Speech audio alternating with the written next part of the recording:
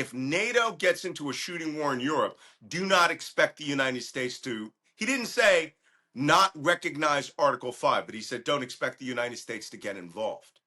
So that means this man sits with the president every day. So that is what is actually being said in the Oval Office amongst the heavies. That's probably an accurate reflection of the words of Donald Trump, because the Treasury Secretary is not going to come out and make a comment like that without having heard it out of the mouth, of Donald Trump himself. Trump has always said that he didn't want to get involved.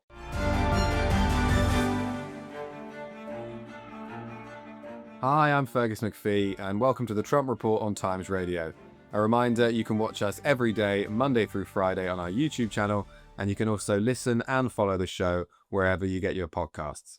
Joining me today on the show, I'm delighted to say, is Malcolm Nance, intelligence and foreign policy analyst, and of course, a former US naval intelligence officer. Malcolm, how are you doing? Just living the dream of what it's like to be in Trump's America. Well, I'm glad you started with that, because it is always a busy week in the world of Donald Trump, but I do think this does feel slightly different. We all know by now his comments at the UN General Assembly when he said that Kyiv can win all of Ukraine back in its original form, and he also suggested shooting down Russian jets that violate other countries' airspaces. Now, on Ukraine, he's kind of consistently said that he wants to end the war, but he has hinted in the past on a need to concede territory. What he said this week is almost the direct opposite of that. Are there reasons to be cheerful, or is this Donald Trump being Donald Trump?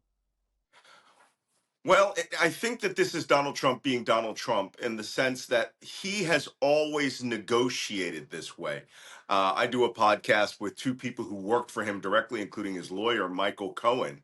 And what Trump does, he only negotiates from the extremes. He never negotiates in the middle. And what he's doing is he's sort of pushing the individuals in the negotiation from one side to the other in hopes that they'll come towards his position. Now, this is a dangerous thing to do with a person like Vladimir Putin. Putin is an ex-KGB human intelligence officer whose job it was to be a manipulator of humans to make them betray their own country. And in some respects, you could say, certainly I've written about it extensively, he was very, very, very good at manipulating Donald Trump. And over the years, Trump has held his positions, his worldview within his framework. In fact, until just recently, all of the framing of Donald Trump was clearly within the Russian sphere because Trump operates off the belief that he will gain money in the end. And he doesn't see any money that he can gain personally with Zelensky. So his negotiations that he does from apartments in New York City to acquiring Mar-a-Lago is hit the extremes. And then when the other party comes back to the middle, you could shift to the opposite extreme to make them do your bidding. I don't think this is going to work on Moscow at all. Putin is arguably, secretly, may be one of the richest men in the world. I mean, it's been said that he has $250 billion in secret hidden funds. So he is going to amuse himself with Trump and do exactly what he wants. But who knows what's in Trump's mind this week? It may go back tomorrow. Well, I wanted to ask what the response from the Kremlin might be, because I think this is the firmest we've seen Trump be in a while. I think the phrase he used to describe Russia was a paper tiger. But I found Dmitry Peskov's response from the Kremlin, he didn't seem that annoyed really at all. He kind of brushed off the comments, but he said, in quote, President Putin in particular values highly President Trump's political will to continue working towards a peace settlement. They haven't really reacted at all to this. Well, I recall one Russian commentator made the remark that Moscow is not a paper tiger, and no one has ever heard of a paper bear. Well, now I actually believe we have a paper bear.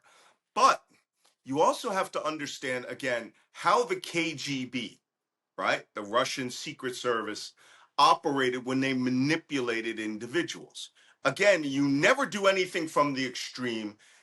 You give people what they want. You lead them with a little bit of a carrot. You remind them of the occasional stick. I think by not really responding to Donald Trump and leaving it out in the ether is far, far more impactful and damaging to Donald Trump than actually responding. And by coming back and saying, well, Trump knows who we are, Trump is, somebody that we can work with, it makes him feel like he's in the driver's seat. But this is exactly what you would do as a case officer, trying to manipulate the behaviors of your subject, the asset that you're trying to use. Additionally, there's also the possibility, and this is another thing that Trump is well known for. There's also the possibility that Putin is running Donald Trump as how can I put it, as a controlled opposition by Trump telling him in the ride during the Beast or his private meetings with Putin, I may have to get tough with you to get you to come up here. And Putin smiles and nods and goes, okay, Donald, we understand that. And then Trump puts out this amazing statement that Russia could lose. Putin knows no one in Russia is hearing this statement. No one in Russia is going to hear anything about this. It's positioning for Trump to look like he's going to do something. And also, it may in fact be that the last person in the room were people with real financial stakes in this war saying this to Trump, and Trump finally getting it from the European Union, even King Charles of England may have made it clear that during cocktail parties that that Ukraine has the ability now. They have the upper hand. They have cards to play, and they could in fact cut off Crimea to the point where Russia has to abandon it, and the Russian army is in a near state of collapse. Both of which are facts. But by using that controlled opposition, Putin could be allowing Trump to be Trump and to think that he has a hand in the game when in fact the hand is firmly Putin holding Donald Trump's collar and moving the head of the dog in either direction that he wants it to bark. So no matter what rhetoric Trump has changed to this week, you're saying Putin is still very much the one in the driving seat? Yes, simply because, and we've discussed this before, Donald Trump's entire motivation is financial. There are hundreds upon hundreds, possibly trillions of oligarch dollars in Russia that are frozen, that cannot be traded on the open market, that cannot be accessed through banks, through the sanction regimes. By playing a tougher position, Trump can position himself by saying, yeah, we want access. We want Russia to come back into the G8. We want people to have access to the US market. But if you don't play by my rules, none of this will happen. Well, none of this was happening anyway. And it's not going to happen if the European Union keeps up their sanctions, because US banks are not going to suddenly start doing trading when they could be blocked out of the European Union. So Trump also sets himself up to be able to say, when those sanctions regimes are lifted, I was tough with you, but now you have to play by my rules and give me all your money. So this is why he has Steve Witkoff, right? The guy is a real estate developer.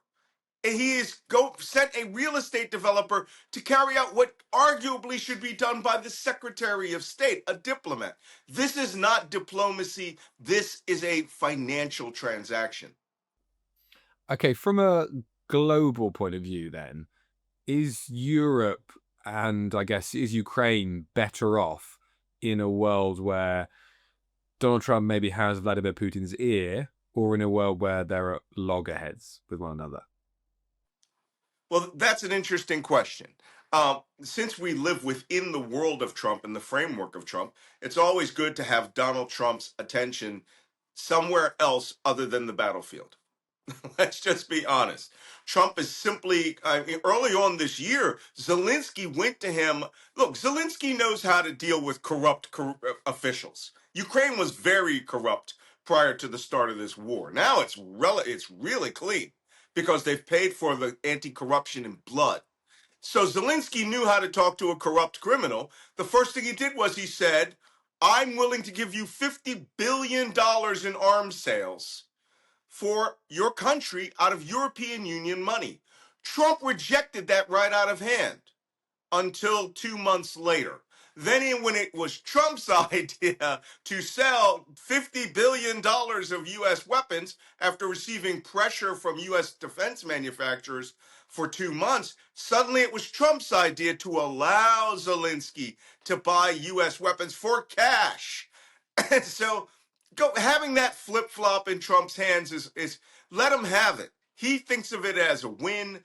The defense manufacturers get what they want. Ukraine will start getting advanced weapons, and the United States will start selling systems to them to the point where now it may be in Trump's interest to sell $250 billion of weapons to Ukraine. That's the only focus and prism that Trump looks through is personal financial benefit.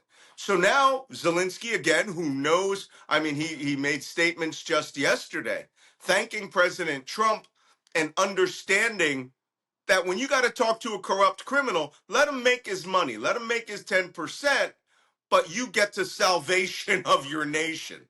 Now, if it goes the other way, where Trump starts talking to Moscow about that, foreign industries, some concession from Moscow, well, it's in Zelensky's interest to set those on fire, right? Oil refineries, mining and oring industries, and making Moscow look foolish. That's why Trump will only see Zelensky now, not Zelensky. I don't think he likes Zelensky personally. Ukraine as a nation that is having success that will help him enrich himself. So going back slightly to that question, in terms of personalities, whatever we just said, public facing, is it more positive, do you think, to have Trump sort of being more confrontational towards the Kremlin, perhaps, than he has in the past? No, I don't think that matters at all. I think it's a good thing that Trump has changed his position on Ukraine. And now he is now on the record. And do you believe he has? No, and believe it or not, I didn't believe that he wrote that Truth Social post at all. Not one word of it. It really sounded like Marco Rubio with his executive assistant wrote that post because, one, it had far too much detail. Two, it had euphemisms that were not Trump's. But I think it did reflect what Trump wanted to say. And it was a huge post, right? It was almost a foreign policy paper. That being said, now Trump can play both sides. But is it a better world to have Trump believing that he has, got some influence here and has a better face? Yes. And I think that will pay off for him in talks with the European Union. I also really believe that there were a lot of conversations in Windsor Castle and all of the pomp and circumstance that was done for Trump to make the king believe that Trump was a valued partner. And I would believe that the crown would feel that way, considering that he's acting like King George the Fourth, or and he's reflecting all of the values that we had in American Revolution against. So the crown maybe felt a little calmer, quieter discussion with him about the benefits of supporting Ukraine. And that, along with, the carriage ride, may have, in fact, allowed him to direct Marco Rubio to write up that post. Let's focus a little bit on the battlefield now. We touched on it a little earlier, but we know about Donald Trump's comments. Do you think Ukraine can win back all of its territory? Yeah, from the beginning of this war, I thought Ukraine, as a fighting force, is not one that would not be defeated. I've said that publicly. I was on air. Then I joined the Ukrainian army. Once I got there and participated in their combat out in the Eastern Front, Russia had a significant artillery overmatch on the Ukrainian army. That's almost completely disappeared in 3 years. It's a ground fight, and the Ukrainians are far more skilled. They have not lost the equivalent of their army 3 times over. The Ukrainians, I have my guys in the International Legion Battalion in Kharkiv right now. Same guys who I thought were green guys are coming in are now 2-year battle veterans. And the Ukrainian army has skill, resourcefulness, and the guts to hold. They also have the strategic ability to understand where pressure needs to be brought to segregate Crimea. And let me tell you, when the Crimean bridge goes down, it means that Ukraine has felt they are in a position to isolate it with food, water, and the ability for them to resupply anyone that is there will create a panic that will have everyone leaving Crimea and essentially turning it into a deserted battlefield. And then we'll see what pressures they can bring to bear or exploitations they can do on the battlefield. We're seeing that right now in the direction of Donetsk province, where Russia carried out a multi-pronged offensive this late summer, and Ukraine has cut them off and slaughtered them. As many as 5 brigades were eliminated. This is the sort of thing that continue to go on because the Russians don't have an army that really has a will to fight. They don't have the strategic depth to take anything other than a few villages at a time, and they are willing to expend 10,000 men dead to take a few meters. Ukrainian army doesn't fight like that. They're a professional force. And I believe that at some point, we're going to wake up and they're going to find out that some strategic crack has happened in the Russian line, and that Luhansk, Donetsk, or even Zaporizhia is now threatened to where Ukraine could actually drive and cut Russian forces in the north and the south of those lines in half. I don't know. I'm not saying it's going to happen, but they have that ability to do it. Yeah, I do think it still feels a long way off. But if Donald Trump is serious about what he said at the UN, what's the next step then that he and the US need to take to help Ukraine achieve those war aims? Well, it'll have to be material.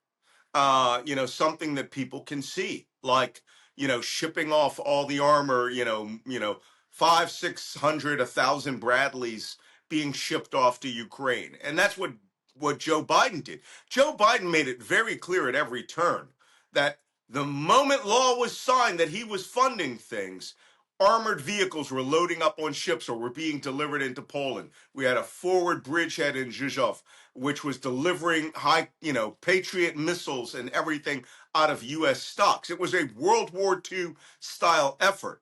Donald Trump is not about that. Donald Trump is about making money.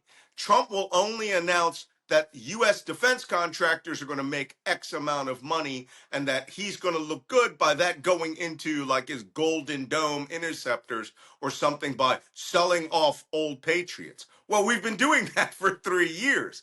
It's about the packaging of the package, right? Donald Trump wants it in beautiful gold with red ribbons and a big sign next to it says, "This gift from Donald Trump." Joe Biden at the time was more like Eisenhower: go out and kick their ass. Here's the tools. So, I hope that this actually still works out for Ukraine. But I think even better, the European Union stepping up and Ukraine diversifying its weapons acquisitions, that's going a long way. And them developing their own weapons is going even further. I just want to bring you some breaking news on the Trump report as we're recording this. In the last few moments, German Defense Minister Boris Pistorius has warned that German satellites are now being shadowed by Russian satellites. I just bring that up because I wanted to ask about a lot of other things that have happened this week. Trump, of course, said that if Russian jets violate a NATO country's airspace, they should be shot down. Certain NATO countries have agreed with them. This, of course, happened in Estonia earlier this week. Also earlier this week in Copenhagen, Russian drones entered the airspace near an airport. There's been some more drone activity in Denmark overnight, not been confirmed yet who is behind that. But obviously with this breaking news about the satellites, I just wanted to ask about Russia's strategy and NATO's response. I mean, are we at risk of an escalating conflict here? Is that exactly what Russia wants? And how do NATO respond to this? When I do these interviews all the time, the first, always some pro-Moscow guy comes up and say, "We can invade Poland, we can take Estonia, Latvia, Lithuania," and I answer with the same answer every time: "You in what army? There is no Russian army outside of the Ukrainian battlefront. Zero. I believe that the Poles, if they ever lost their minds and wanted to do it, could take Moscow in a matter of a week. Minus the atomic bombs that could be involved. There is no Russian army. So what you see is Russia operating asymmetrically.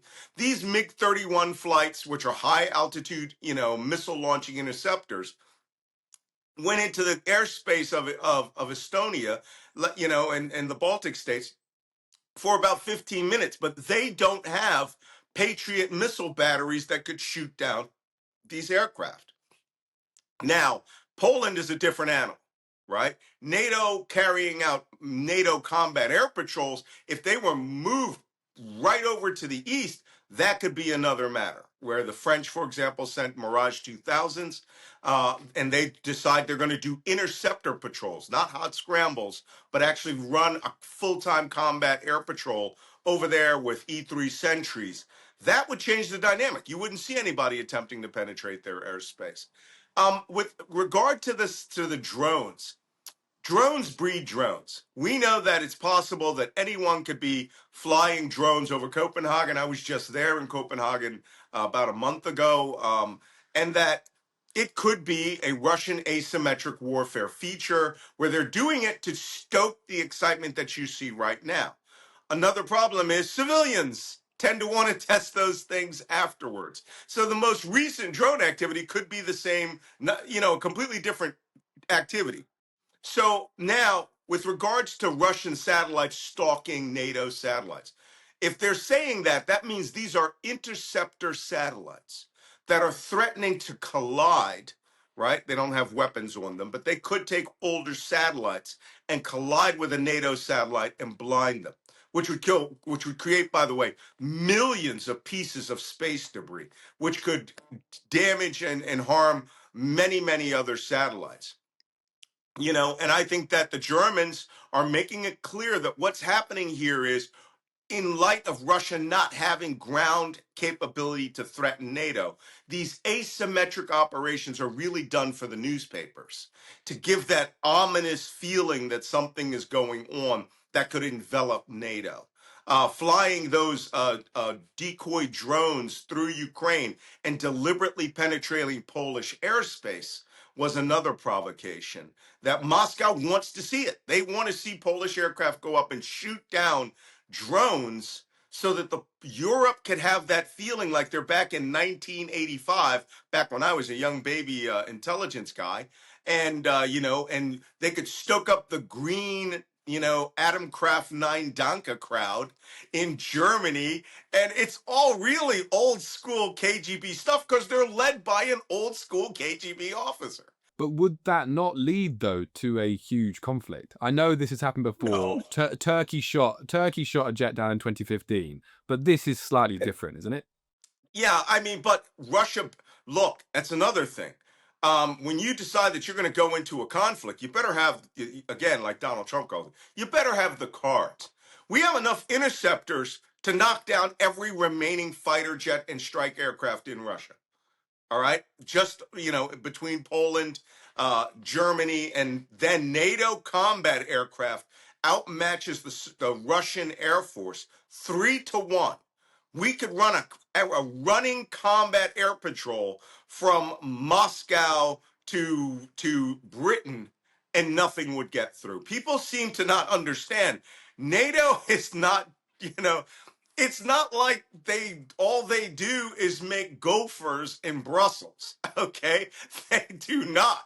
They organize the entire collective military might of 32 nations. And did I say Moscow? We could easily combat air patrol over half of Russia and destroy all of their air defense. But we aren't going to do any of that because, one, they're a nuclear power. And this is Putin playing with the very, very few cards that he has at all, again, to raise political tensions. Same thing the way when he says he threatens England with atomic bombs. Really? Do you not remember that Britain has or not Britain, the United Kingdom, has Trident ballistic missile submarines, one of which has 240 atomic bombs on it. It's childish level behavior. But in a world where children like Donald Trump are seen to be respected. Okay, well, this is, of course, the Trump report. So we will just end by bringing it back to the president because it is a strange sort of duality. While the president gave his speech at the UN, he took aim at a host of European countries for their border and immigration policies. I think the quote he used was, "Your countries are going to hell." Yet at the same time, it feels to me at least, I want to ask if you agree, that NATO, Trump, and the EU are closer aligned than they have been in a long time because of the recent incursions and provocations the Kremlin has made. Well, we could say that, but I'm going to deflect with a comment made by Scott Bessent, right, his Treasury Secretary yesterday, who essentially said if NATO gets into a shooting war in Europe, do not expect the United States to, he didn't say not recognize Article 5, but he said don't expect the United States to get involved. So that means this man sits with the president every day. So that is what is actually being said in the Oval Office amongst the heavies. That's probably an accurate reflection of the words of Donald Trump, because the Treasury Secretary is not going to come out and make a comment like that without having heard it out of the mouth, of Donald Trump himself. Trump has always said that he didn't want to get involved. Malcolm Nance, thank you as always for joining us on today's episode of the Trump Report. Well, thank you for having me. Now I've got to go have like 2 double espressos to calm down because this is such an exciting program to talk about on. Thank you. We'll see you soon. All right.